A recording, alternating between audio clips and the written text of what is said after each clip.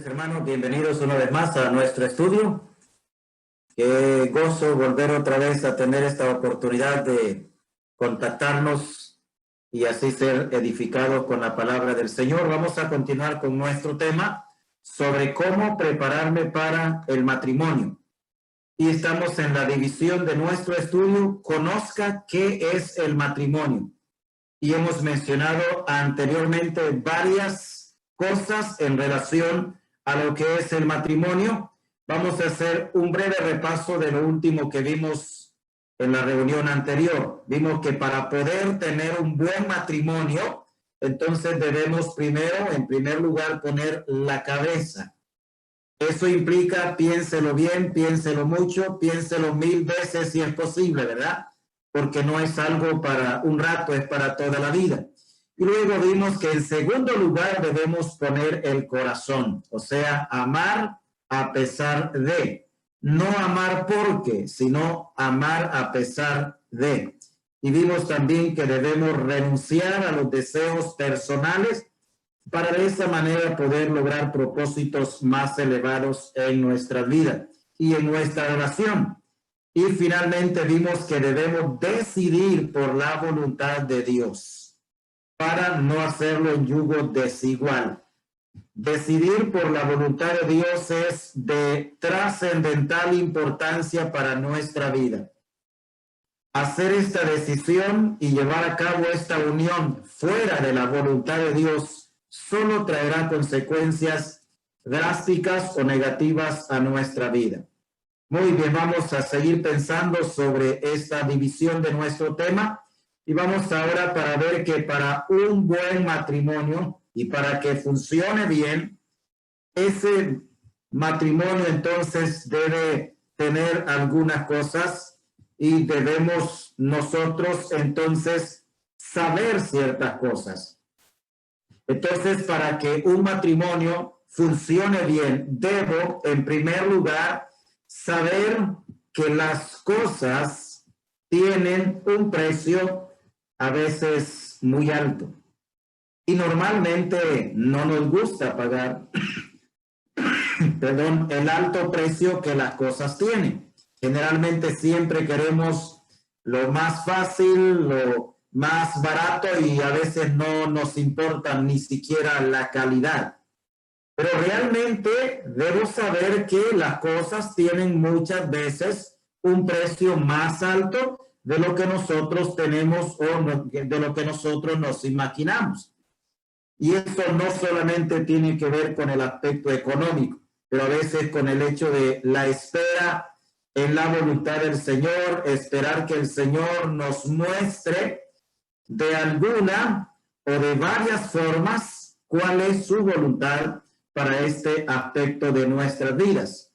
Pero también debo saber que el matrimonio no es solo sexo.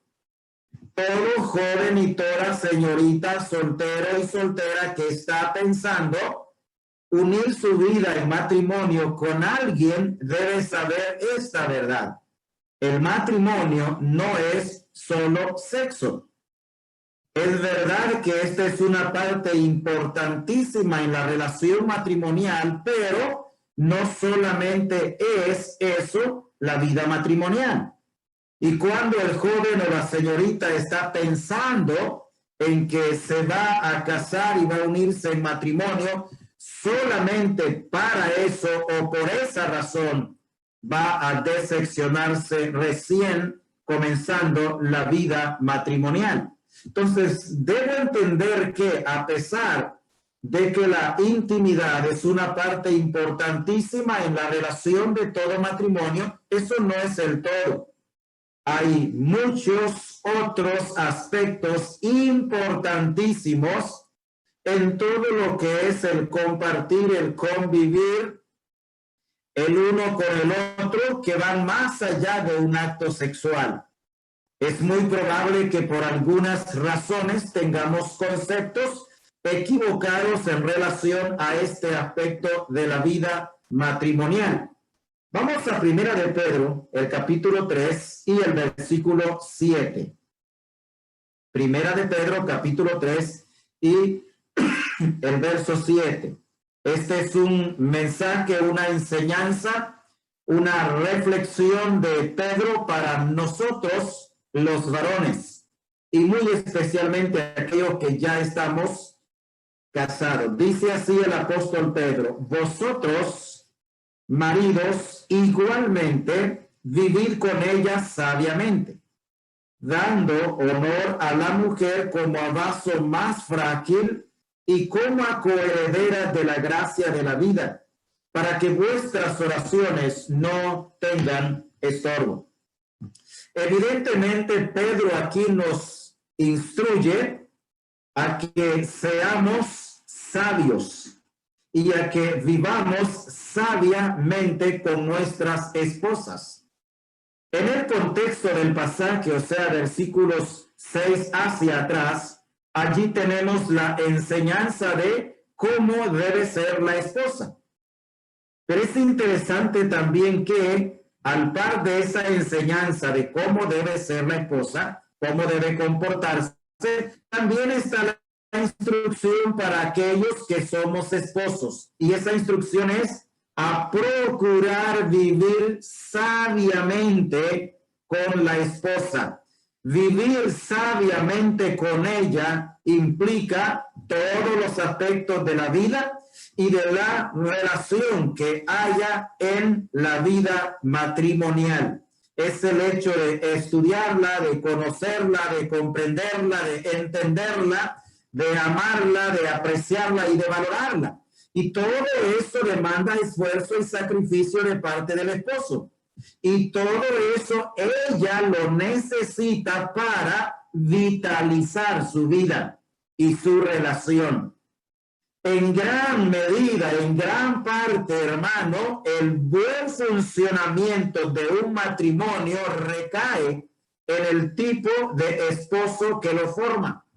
O sea, somos nosotros los esposos, los varones, la pieza clave o determinante para un buen matrimonio o para un mal matrimonio.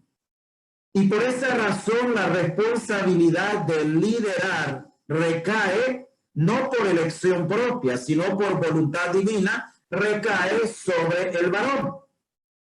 Y eso no implica que el varón sea más importante o que sea más inteligente de ninguna manera.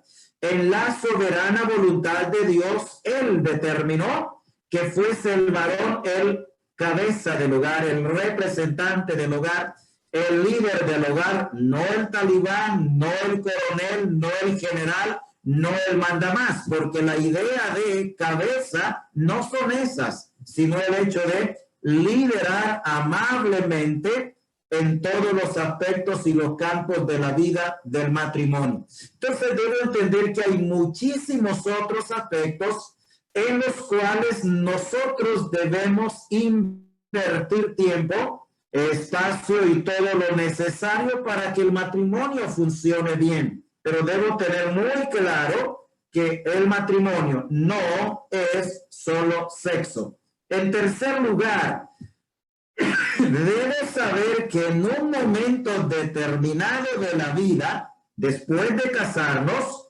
nos vamos a convertir en padres y en madres. Eso es casi inevitable. Así que cuando usted piensa en matrimonio, piensa en enamorarse o está ya en una relación de noviazgo, debe pensar que si el matrimonio se consuma o se realiza como usted lo desea, entonces en algún momento usted va a convertirse por primera vez en la historia de toda su vida en papá, o va a convertirse en mamá. Y es una experiencia muy agradable, muy grata y muy satisfactoria. Y muy especialmente cuando todo esto se desarrolla en el centro de la voluntad del Señor. Entonces debe tener como perfil saber que quizá algunos meses o algunos pocos años después de haber contraído matrimonio, usted va a convertirse en papá o en mamá, al menos que haya un problema de salud y que no sea posible tener familia, pero el 98% de matrimonios que se formen normalmente terminan convirtiéndose en papá y en mamá. Y eso es muy importante. Y claro está, cuando eso va a darse o cuando eso debería de darse, debería de ser después de algún tiempo prudencial de casados. Claro, no todos lo logran, no siempre sucede así, pero es mucho mejor esperar meses o quizás 2 o algo así, por así decirlo, años para poder tener familia. Los hijos deben llegar al hogar del matrimonio cuando estos realmente ya se desean, porque ellos no vienen por un poco de tiempo. Ellos no son huéspedes que los tenemos que aguantar por una semana o 2 semanas y luego se van. Ellos vienen para quedarse por muchos años en nuestra vida y en nuestro hogar. Algunos 20 años, 25, otros 30 años, pero vienen a ser parte de la vida nuestra. Entonces, el hermano y la hermana, el joven, la señorita, debe pensar que cuando está enfocándose hacia este aspecto de su vida del matrimonio, va a llegar un momento en el que va a convertirse en padre o en madre. Y es importante que cuando ese momento se está acercando, sepamos asumir la responsabilidad paternal y la responsabilidad maternal. Y de esa forma tenemos que estar dispuestos a sacrificar varias cosas o aspectos de la vida para poder invertir y para poder tratar y darle a este bebé recién venido a este mundo lo que él necesita y aquello a lo que él tiene derecho. Y una de las cosas más importantes a la que ellos tienen derecho es la educación. Y cuando hablo de educación, no solamente me estoy refiriendo al hecho de la educación secular. Sí es importante, pero eso es secundario. Lo más fundamental para la vida será la educación moral y espiritual, de lo cual somos responsables los padres y las madres. No son responsables los gobiernos. No son responsables de este tipo de educación las instituciones educativas.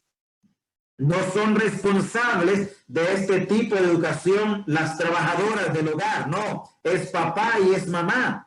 Y ambos debemos saber qué es lo que debemos hacer una vez que nos convertimos en padres. A mí me llama mucho la atención el deseo de una pareja que por primera vez se iban a convertir en padres. Sin duda, después de una larga espera de no sabemos de cuántos años, pero es evidente que ellos tuvieron una larga espera para luego, por intervención divina, convertirse por primera vez en padres. Y nos referimos a los padres de Sansón.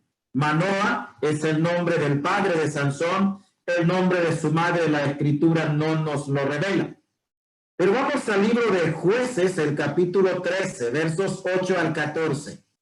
Pensando en este hecho de que cuando usted piensa sobre el matrimonio, debe también pensar que en un momento determinado se va a convertir en padre. He escuchado a algunos hermanos casados que por alguna razón no pueden tener familia. Y dejan entrever el deseo de querer tener familia, el deseo de querer ser padres. Manoa era uno de esos hombres casados, sin duda vivían una muy buena y bonita vida matrimonial como pareja, porque eso es lo que la escritura refleja. O al menos nos hace ver que tenían una muy buena comunicación entre ellos como pareja. Pero luego ellos se dan cuenta de la gran noticia de parte de Dios que van a convertirse en padres. Y es interesante ver la emoción, el deseo, la alegría en su corazón, al grado tal que ellos quieren no solamente ser padres así por así, ellos también quieren asumir la responsabilidad y el privilegio de ser padre, pero quieren saber cómo hacerlo. Y eso es lo que tenemos aquí. Vayamos a Jueces capítulo 13, versos 8 al 14. Entonces oró Manoa a Jehová y dijo: Ah, Señor mío, yo te ruego que aquel varón de Dios que enviaste vuelva ahora a venir a nosotros y nos enseñe lo que hayamos de hacer con el niño que ha de nacer. Note bien que aquí Manoa está usando el término o está usando expresiones en sentido plural, o sea, involucrando también a su esposa. No era un deseo propio, personal de sí, sino un deseo de la pareja. Y por eso dice: vuelva a nosotros y nos. Otra vez ahí en el aspecto, en el sentido plural, dice: y lo que hayamos también. Entonces vemos que los dos son un equipo. Están, por así decir, a la espera de convertirse en padres. Y ahora ellos dicen: nos enseñe lo que hayamos de hacer con el niño que ha de nacer. Antes de ser padres, ellos querían ya saber cómo deberían ellos tratar al niño. Verso 9. Y Dios oyó la voz de Manoa, y el ángel Dios volvió otra vez a la mujer, estando ella en el campo, mas su marido Manoa no estaba con ella. Y la mujer corrió prontamente a avisarle a su marido, diciéndole: mira, que se me ha aparecido aquel varón que vino a mí el otro día. Y se levantó Manoa y siguió a su mujer, y vino al varón y le dijo: ¿eres tú aquel varón que habló a la mujer? Y él dijo: yo soy. Entonces Manoa dijo: cuando tus palabras se cumplan, ¿cómo debe ser la manera de vivir del niño y qué debemos hacer con él? Y el ángel de Jehová respondió a Manoa: la mujer se guardará de todas las cosas que yo le dije. No tomará nada que proceda de la vid, ni beberá vino ni sidra, y no comerá cosa inmunda, guardará todo lo que le mandé. Ahí vemos entonces a este matrimonio con esta gran esperanza y este gran deseo de que la palabra de Dios, que era la promesa de que tendrían un hijo, se cumpla. Pero no solamente eso, ellos quieren asumir la responsabilidad paternal.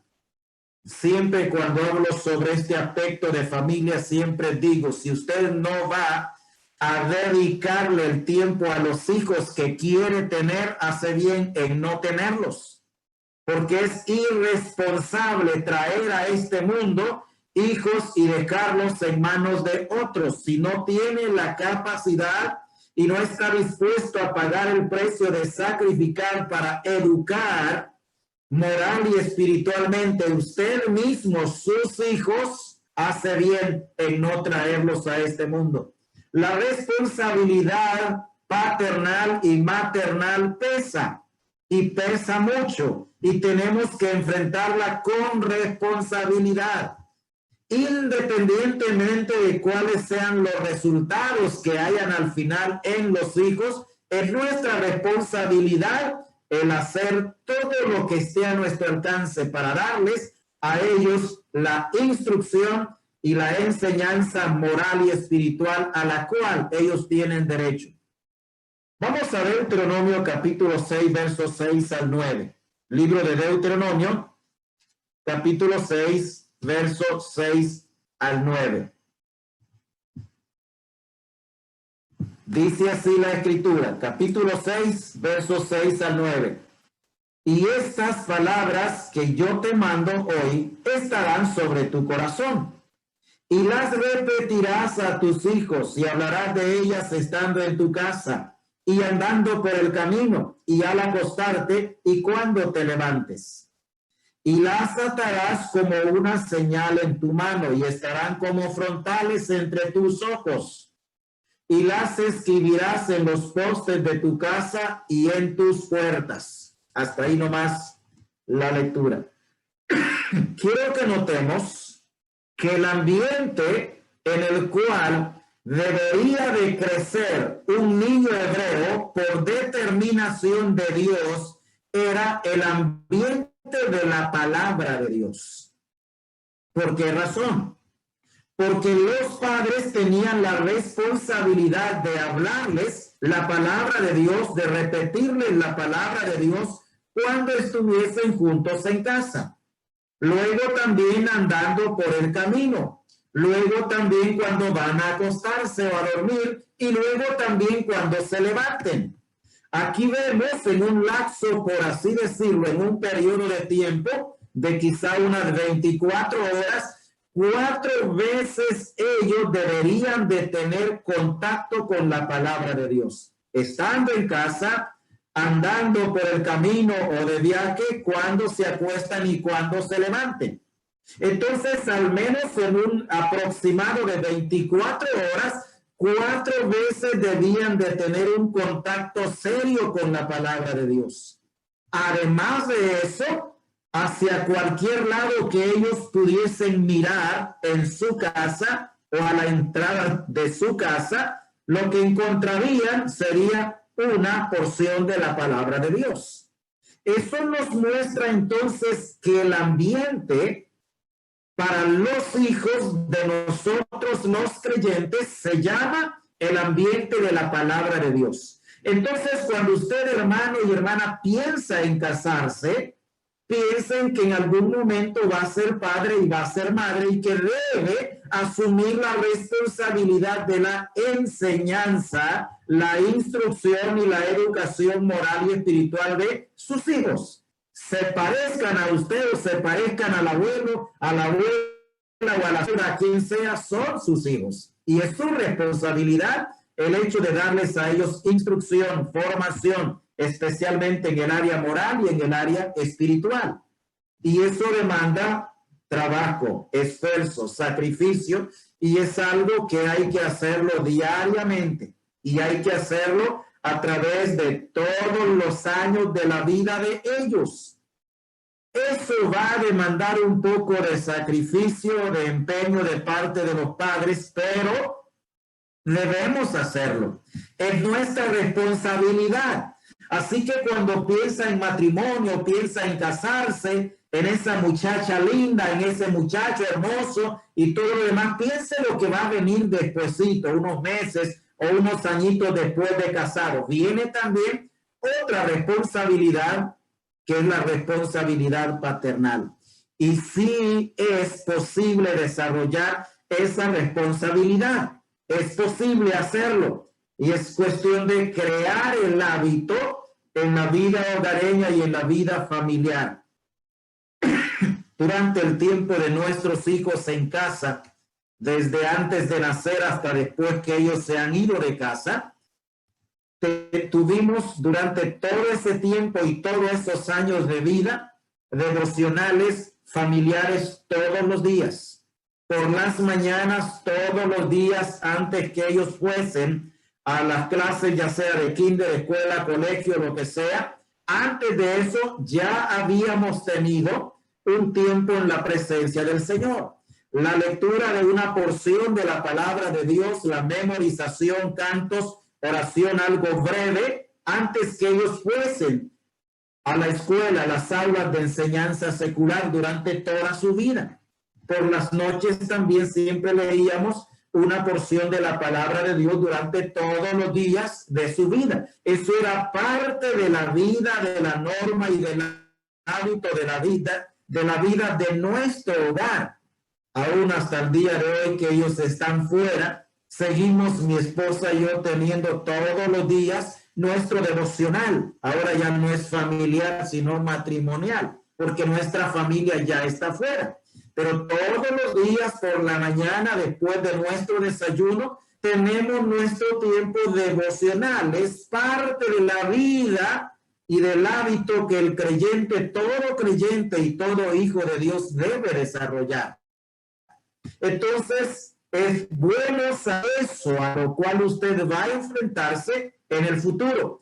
Hoy, hermano y hermana, no puede darse el lujo usted de crear una familia a la deriva, o como dicen algunos, aunque es un dicho mal dicho, a la buena de Dios. Esa no es la buena de Dios. La buena de Dios es hacer las cosas de acuerdo a su palabra. Entonces piense en ese hecho. En un momento determinado, usted se va a convertir en padre o en madre. En cuarto lugar, debe saber que debemos y tenemos que trabajar. No es una vida de vacaciones. El matrimonio no es vacaciones. Puede tener de repente al comienzo unos días de vacaciones, lo que se le llama o le llamamos luna de miel. Pero debemos saber que debemos y tenemos que trabajar para poder proveer lo necesario para la familia y poder así entonces vivir dignamente. O sea, no se trata del hecho de que me enamoré, me gustó, me entregué, la quiero, lo quiero y no tengo ningún trabajo, ninguna fuente de ingreso, pero de alguna manera voy a vivir o va a vivir por fe. Algunos creen que la vida por fe es una vida sin trabajo. No, la vida de fe es una vida de mucho trabajo y a veces de arduo trabajo. Entonces, debo saber que tengo que trabajar y que tengo que tener una forma de proveer lo necesario para la familia y poder de alguna forma entonces procurar vivir dignamente. Claro, hay que tener un equilibrio, un cuidado. No desee tener todo prontamente o a la vez, como están ya viviendo de repente sus padres. Nunca debemos olvidar que lo que nuestros padres tienen es el resultado de labores o de años laboriosos, largos años, quizá 20, 25, 30 años, les ha llevado a ellos, además de darnos la crianza, pero ese tiempo les ha llevado a ellos para tener lo que ya tienen. Si alguien puede tener todas esas cosas materiales antes del matrimonio sin deudas, está bien. Pero hay que trabajar y debemos saberlo. O sea, la vida es seria, no es una cuestión de juego. No, es algo serio. Y muy especialmente el varón debe saber que es el principal responsable de proveer para el mantenimiento o lo necesario en la familia. Por esa razón, cuando va a casarse, piense, lo que recibo como producto de mi trabajo es suficiente para sobrevivir. El asunto es si usted se tira la vida de ricachón y es acabado. Solo está ostentando, aparentando y todo lo que luce, lo que anda, lo que tiene, lo debe. Es de otro. Pero debemos saber que la vida es seria y que tenemos que trabajar para poder proveer para la familia. Vamos a la escritura. Primera Tesalonicenses, el capítulo 4, verso 11. Primera a los Tesalonicenses, el capítulo 4 y el versículo 11, el apóstol Pablo, inspirado por el Espíritu Santo, nos da esta tremenda enseñanza sobre la manera como nosotros debemos hacerle frente a la vida normal y naturalmente. Dice así la Escritura: y que procuréis tener tranquilidad y ocuparos en vuestros negocios y trabajar con vuestras manos de la manera que os hemos mandado. Ahí está. El trabajo no es deshonroso. El trabajo es honroso y no nos debe avergonzar el trabajo que nosotros hacemos. Y claro está, debe ser un trabajo honrado. Debe ser un trabajo que glorifique también el nombre de Dios. Y debe ser un trabajo que me provea para satisfacer las necesidades de la familia. Vamos a 2 Tesalonicenses capítulo 3, versículos 10 al 12. Dice otra vez Pablo: porque también cuando estábamos con vosotros os ordenábamos esto: si alguno no quiere trabajar, tampoco coma, porque oímos que algunos de entre vosotros andan desordenadamente, no trabajando en nada, sino entremetiéndose en lo ajeno. A los tales mandamos y exhortamos por nuestro Señor Jesucristo, que trabajando sosegadamente coman su propio pan. Note bien, trabajando sosegadamente coman su propio pan. Y eso tiene que ver con la labor que especialmente el esposo necesita desarrollar para tener así lo necesario para su familia. Y eso es una responsabilidad que debemos procurar cumplir. Claro, somos responsables de proveer lo necesario para la vida hogareña. Y Pablo sigue diciéndonos en 1 Timoteo capítulo 5 y el versículo 8, la mentalidad con la cual los creyentes debemos hacerle frente a la vida que tenemos aquí mientras el Señor viene por nosotros. 1 Timoteo capítulo 5 y el verso 8. Porque si alguno no provee para los suyos, y mayormente para los de su casa, ha negado la fe, y no bien, es peor que un incrédulo. Eso es importante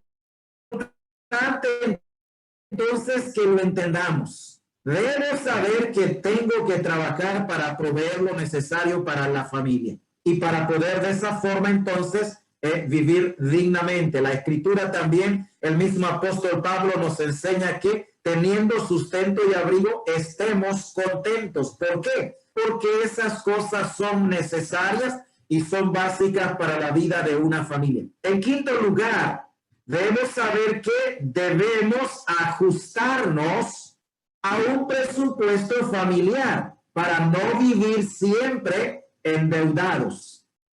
Y eso es muy importante asumirlo con la mayor responsabilidad posible. Tenemos que hacer ajustes o reajustes para hacer un hogar o una familia totalmente independiente en el aspecto económico de los padres como la Escritura lo enseña. Entonces hay que hacer ese tipo de ajustes y de un presupuesto. Ahora bien, ¿para qué nos sirve un presupuesto?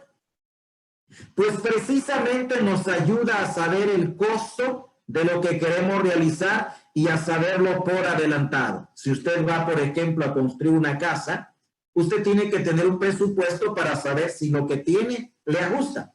O cuando usted va a casarse, por ejemplo, usted tiene que tener un presupuesto para ver si lo que ya tiene ahorrado le ajusta para lo que usted quiere celebrar y que haya en su boda.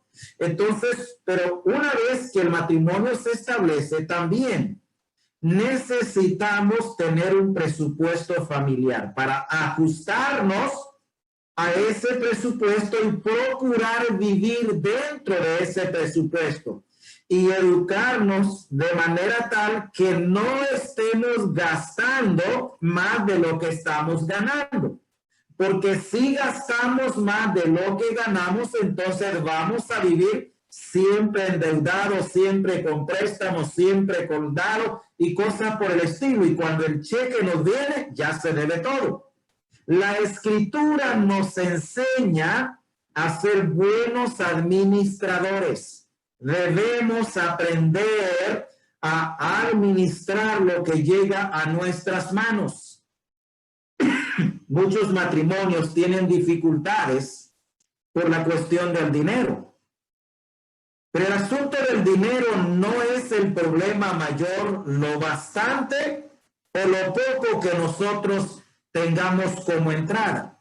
El problema mayor en relación al dinero o al presupuesto es la mala administración de lo poco o de lo mucho que llega a nuestros bolsillos. Tenemos entonces que ajustarnos a un presupuesto que ya tenemos. La vida de solteros, hermanos, es muy diferente a la vida de casados.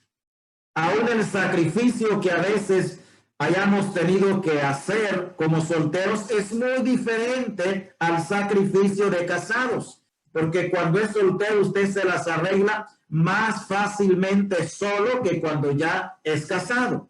Y cuando ya tiene familias aún cuesta mucho más, porque el niño no se llena con amor, no se llena su estómago con caricias, con besos, con abrazos. Él quiere leche, él quiere las cosas que necesitan y es la única forma de mantenerlo tranquilo. Entonces, una cosa es hacerle frente a la vida soltero y otra cosa es hacerle frente a la vida casado. Y tenemos entonces que aprender a ajustarnos a un presupuesto familiar. Yo quiero animarle que agarre y tome como norma de su vida no vivir endeudados. He conocido familias que durante todos los años de su vida están siempre comiendo de fiado, comiendo de prestado. ¿Cómo así? Lo que hacen es que van a un negocio y sacan al crédito la provisión de la semana o del mes o algo así para pagar esa provisión al final del mes o al final de la semana. Lo que implica que cuando vienen entonces a pagar, vienen a pagar lo que ya se comieron. Y ahora tienen que sacar más para poder comer la siguiente semana o la siguiente quincena. Esa es una mala manera de administrar y de vivir la vida como creyentes. Y eso se da muchas veces porque no tenemos un presupuesto o no estamos dispuestos a ajustarnos, a medirnos un poco para lograr anivelarnos. Porque la forma debería de ser al revés. Compro esta semana de contado lo que me voy a comer. Si no es así, entonces estoy comiendo siempre de prestado o de fiado. Y la Escritura nos enseña a nosotros los creyentes a no vivir con deudas. Vayamos a Proverbios capítulo 22 y el verso 27. Proverbios 22, 27. Dice así la Escritura, 22, 27 de Proverbios. Si no tuvieres para pagar, ahí viene la pregunta, ¿por qué han de quitar tu cama de debajo de ti? Evidentemente aquí está refiriéndose a alguien que está endeudado. Probablemente alguien que sacó o compró algo al crédito y no ha podido pagarlo. Ahora vienen los proveedores o los que le dieron la cama al crédito de fiado para irla pagando por cuotas y ahora se ha alcanzado, no puede pagar porque no se midió bien y ahora tiene un gasto mayor que lo que recibe. Y entonces vienen y le quitan su cama de debajo de sí. Muchas veces, aún creyentes en la época en la que estamos viviendo, no son sabios para administrar su dinero. A veces compran cosas demasiado caras que no están dentro de su presupuesto, pero quieren tener algo bueno y bonito, pero no es el tiempo, no tienen la capacidad, pero quieren hacerlo. A veces se parece a un espíritu competitivo. Quieren tener muebles caros y no tienen la capacidad. Quieren tener una gran casa y no tienen la capacidad. Quieren tener una gran cama y no tienen la capacidad, pero quiere tenerlo. Y luego le aparece ahí la forma de tenerlos en deudas, en jarana, y después descubre que tiene la soga al cuello, como decimos. No le ajusta. No le ajusta. Si no tuvieres para pagar, ¿por qué han de quitar tu cama de debajo de ti? Las camas king size son algunas de las caras. Cuestan mucho dinero, abarcan mucho espacio. Y algunos quizás no la necesitan, otros de repente por el espesor de su cuerpo necesitan una cama así, pero de repente otros ni siquiera se encuentran en una king size. Pero si tiene la capacidad no hay problema, si puede hacerlo sin endeudarse no hay problema. El problema se da cuando no tenemos la capacidad económica y nos metemos a algo así o de repente no es lo más importante, no es lo que más necesita en ese momento la familia. Hay quienes tienen cama king size, pero no tienen dónde vivir. Y cada vez que están cambiándose de casa y todo lo demás, no encuentran dónde meter la cama porque no hay espacio suficiente. ¿Por qué han de quitar tu cama de debajo de ti? Tenemos que aprender a ajustarnos a ese presupuesto. Tenemos la capacidad económica para pagar esto y lo pagamos. Una de las cosas que es muy bueno y que quiero animarles especialmente a los jóvenes y a las señoritas es procurar comprar de contado. Si le es posible, hay que hacer un esfuerzo. Las cosas al crédito se pagan el doble y a veces el triple. Claro está, muchas veces es la única manera como algunos pueden obtener lo que quieren, pero no es esa la única forma. Ahora vamos al Nuevo Testamento, Romanos capítulo 13.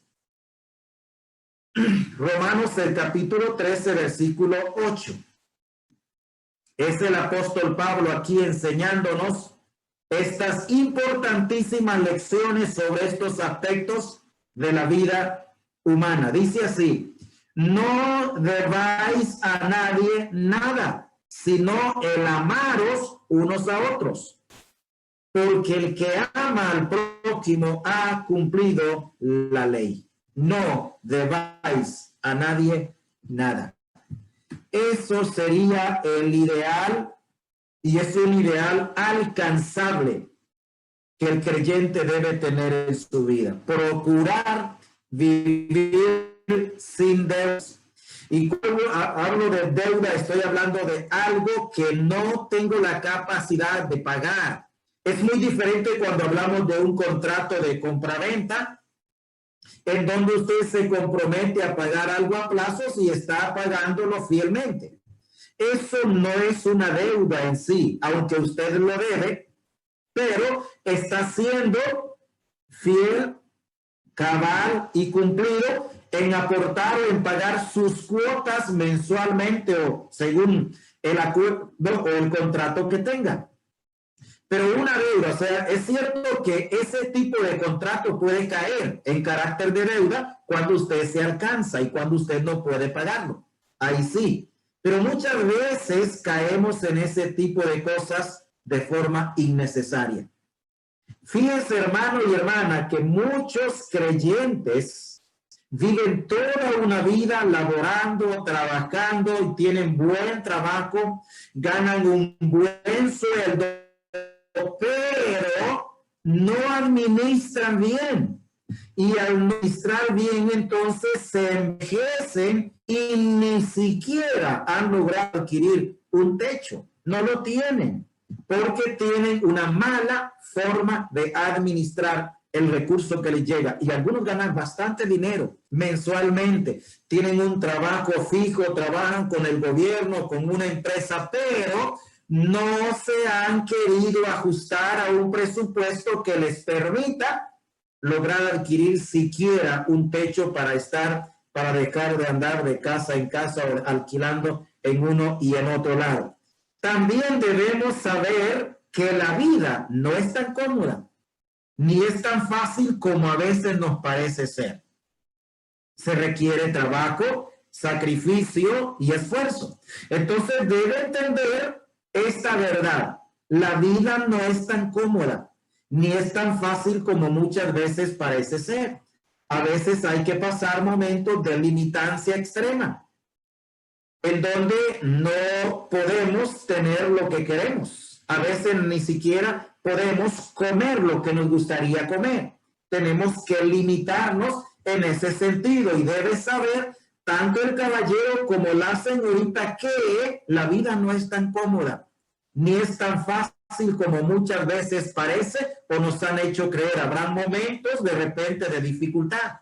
Se pierde el empleo o algún accidente o algo sucede, pero no siempre las cosas salen como uno quisiera que saliesen.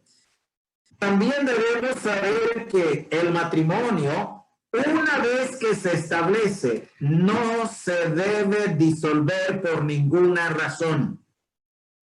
Una vez que se establece el matrimonio, no se debe disolver por ninguna razón. Por esa razón es que cuando piensa en casarse, primero use la cabeza y luego el corazón, piénselo bien. Piénselo bien, analícelo, porque una vez que usted entra en matrimonio, esa es una vía que no tiene retorno, no hay forma de regresar. Y gracias a Dios que no tiene retorno, porque si lo tuviese bíblicamente, muchos correrían solamente unas pocas millas y buscarían el retorno para llegar donde estaban antes, pero en el matrimonio no hay retorno. Por esa razón, se tiene que pensar bien y debo saber esta verdad. Una vez que se casa, es de por vida. No hay forma escritural, por así decirlo, válida por Dios para disolver esa unión matrimonial. Aún y cuando llegase desgraciadamente un acto de infidelidad en el matrimonio. No es lo mejor la separación. Lo que hay que aplicar en ese momento es el perdón a la persona que ha transgredido y que ha quebrantado la ley de Dios, la palabra de Dios y ha roto el pacto matrimonial. Entonces debo saber eso, me estoy metiendo a algo que es de por vida. Por esa razón, usted debe conocer bien a la muchacha, a la hermana. No la conozca solo en la iglesia es muy santa, y más si anda vestidos blancos y anda cubierta o chalina blanca y todo lo demás, casi solo le faltan las alas, y canta tan lindo, tan bien y todo lo demás. No la conozca solo en la iglesia, conózcala en su casa, a ver si barre, si limpia, si trapea, si ordena, si lava platos, si hace comida, o es la muñequita de sala que tienen los papás ahí. Entonces usted va a quitarles a ellos la figura decorativa y la va a traer para su casa, pero usted no quiere figura decorativa. Conózcala bien, conozca a su mamá, a ver cómo es la mamá de ella, conozca a la abuela de ella, y conozca a la bisabuela de ella si todavía ella vive, porque hay gente que dura demasiado. Entonces, si la conoce a la bisabuela, no le ponga dudas. Ella se va a parecer a la mamá, a la abuela y a la bisabuela. Averigüe todo eso de ella. Igual también ella de él, hay que averiguar todo. Usted debe saber quién es él y no lo vaya a ver solo a la iglesia, porque igual ahí le va a llegar cambiadito, peinadito, bañadito, con aromas y todo lo demás, va a cantar bien, va a predicar bonito, va a tener una muy buena apariencia. Pero véalo en casa, cómo vive, cómo se porta, cómo se relaciona con sus padres, cómo trata a sus padres. Si él le grita a su madre, también le va a gritar a usted. Si él irrespeta a su madre y a su abuela, también la va a irrespetar a usted. Entonces tenemos que conocer bien a esa persona. Conózcalo bien, conozca el padre, conozca el abuelo, conozca el bisabuelo si todavía vive. Porque va a entrar en una relación que no tiene retorno. En donde usted no dice, bueno, me arrepiento de haberlo hecho y ahora pues voy a cambiar. No, no se trata de eso. No es de agarrar, probar por un poco de tiempo y luego votar. Por esa razón, usted debe conocer qué es el matrimonio. Sí, de esa forma. Porque de lo contrario, usted se mete y luego se encuentra con grandes sorpresas. No sabe que este muchacho tiene algunas cosas que son insoportables o intolerables para usted y ahora, pero ya está metido. Recuerde, una vez que entramos a la vida matrimonial, no se debe disolver el matrimonio. Vamos a Mateo capítulo 19. El Evangelio de Mateo capítulo 19, en donde el Señor está corroborando o autenticando o certificando la enseñanza del Antiguo Testamento en relación al matrimonio, que se estableció con carácter permanente. Y el Señor ratifica que ese carácter no había cambiado a su época, después de miles de años de que Dios había dado los mandamientos, y no ha cambiado hasta el día de hoy, sigue vigente. Mateo capítulo 19, versos 5 y 6, dice así: y digo, por esto dejará el hombre a padre y madre y se unirá a su mujer, y los dos serán una sola carne. Note bien, los dos se convierten en una sola carne. Versículo 6. Así que no son ya más dos, sino una sola carne. Por tanto, lo que Dios juntó, no lo separe el hombre. La misma idea encontramos en Marcos 10, versículos 7 al 9. Por esto dejará el hombre a su padre y a su madre, y se unirá a su mujer, y los dos serán una sola carne. Así que no son ya más dos, sino uno. Por tanto, lo que Dios juntó, no lo separe el hombre. Por esa razón, hermanas y hermanos, cuando usted se fija en alguien del sexo opuesto y empieza a cotejarlo y a conquistarlo para que sea su compañero de la vida, piénselo, piénselo, piénselo y requete piénselo. No es un juego, es algo sumamente serio y que vale la pena emprenderlo únicamente en el centro de la voluntad del Señor. Y de esa forma entonces debemos hacerlo. Dios, pensando en nuestro bien, tanto de la señorita como del caballero, nos da a nosotros la guía para orientarnos en este campo de la vida y evitarnos el fracaso. Hermano y hermana, joven, señorita que nos escucha en esta noche a través de este medio, Dios no quiere que usted fracase. Usted no debe esperar, ni desear, ni buscar fracasar en la vida cristiana. El mundo nuestro que nos rodea está repleto de gente fracasada, de gente frustrada, decepcionada. Y ya tenemos demasiados cristianos también que se equivocaron en la vida o que no quieren vivir de acuerdo a los principios bíblicos. Y no necesitamos más de eso. Por esa razón, Dios quiere evitarnos el fracaso en un área tan importante como lo es la vida matrimonial. Y quiero recalcarle algo.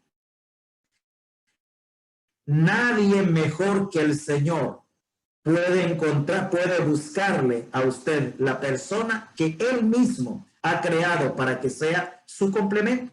Es que esa persona va a encajar en casi el 100% de todos los aspectos de su vida, va a encajar como anillo al dedo. Los que somos casados y tenemos un anillo de matrimonio, bueno, este ya no es el de matrimonio, ya es el anillo de los años de plata que cumplimos con mi esposa hace casi 5 años atrás.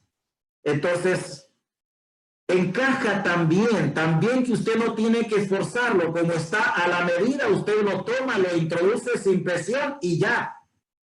Esa persona que Dios tiene para su vida debe ser la persona que Él ha escogido y que va a encajar en la mayoría de los aspectos de su vida, como encaja el anillo hecho a la medida del espesor del dedo en el cual usted usa el anillo. Entonces Dios, para nuestro bien, Él quiere evitarnos un fracaso. ¿Y cómo lo hace? Pues fíjese que lo hace dándonos la oportunidad de escoger. Dios dice, cásense con quien les plazca. Note que Dios no le va a meter a usted a una persona que no le gusta. No. Él no va a hacer como hacen algunos padres que obligan a sus hijos a que se coman lo que no les gusta. Bueno, a veces es bueno hacerlo, pero no siempre. Pero Dios no es así. Él nos concede el privilegio de casarnos con alguien que real y verdaderamente nos plazca a nosotros.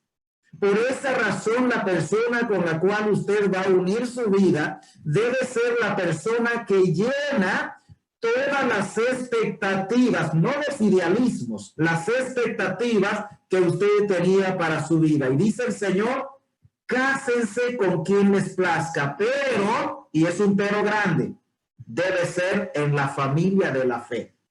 Y esta instrucción del Señor la encontramos desde el Antiguo Testamento hasta el Nuevo Testamento.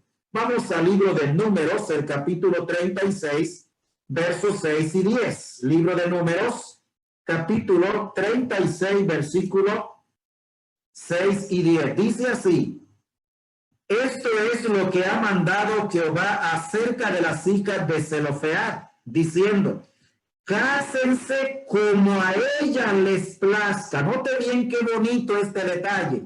O sea, hermana, usted puede escoger a alguien de su satisfacción, de su complacencia en la voluntad del Señor. El Señor se lo permite. Es más, Él quiere que lo haga. Él le anime que lo haga. Cásense con quien les plazca. Pero en la familia de la tribu de su padre se casarán.